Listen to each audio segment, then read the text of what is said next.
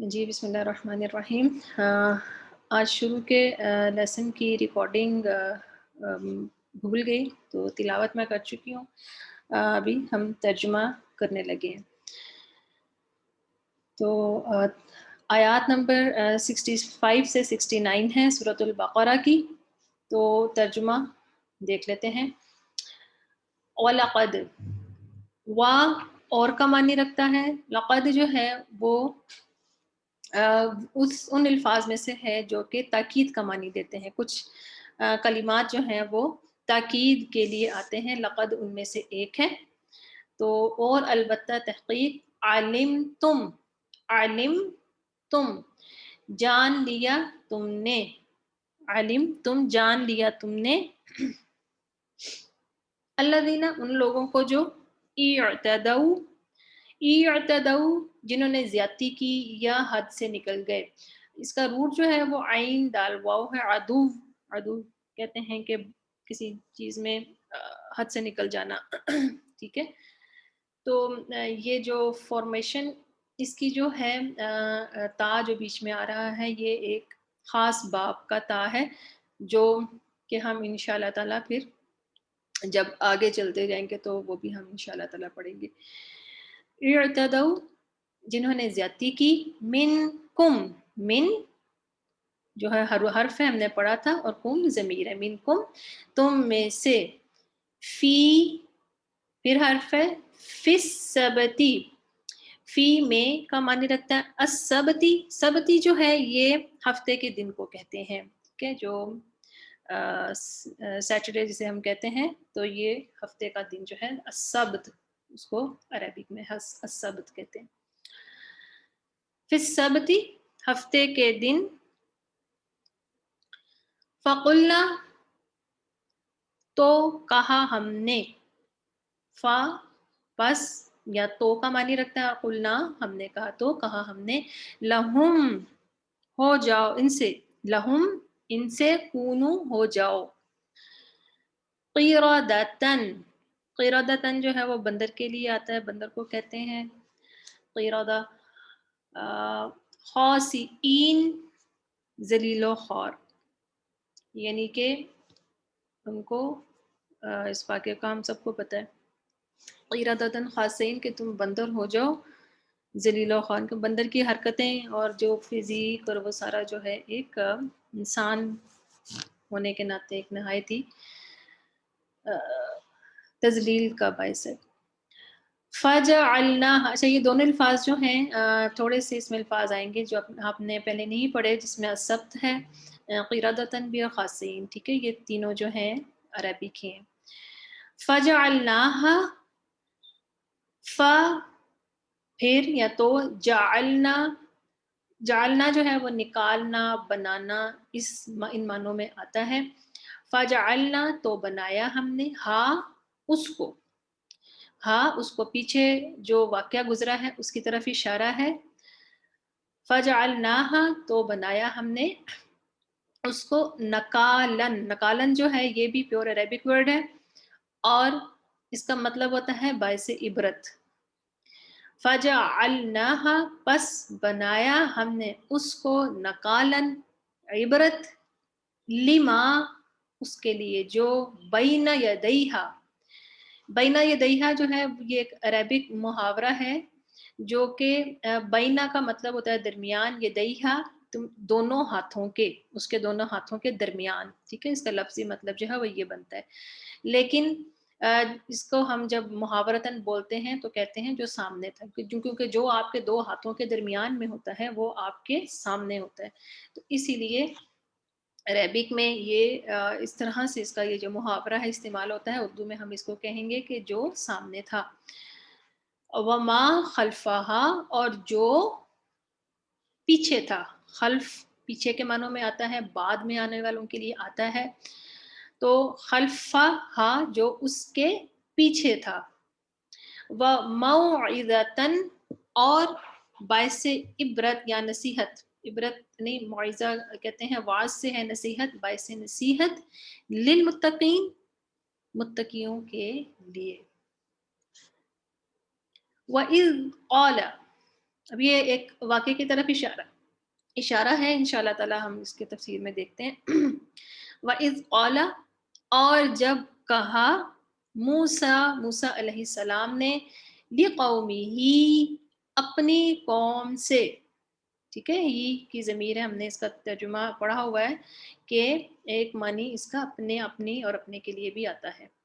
لِقَوْمِهِ، اپنی قوم سے، ان اللہ، بے شک اللہ، یأمرکم، یأمرکم، حکم دیتا ہے تمہیں، تمہیں کم کی ضمیر لگی ہوئی، یأمرو فعل مضارع ہے، کم تمہیں، یأمرکم حکم دیتا ہے تمہیں، ان کہ تذبحو تم ذبح کرو، بقرتن گائے، ٹھیک ہے۔ اب یہ اس گائے کا ذکر آ گیا جس کے نام پر یہ سورۃ البقرہ ہے۔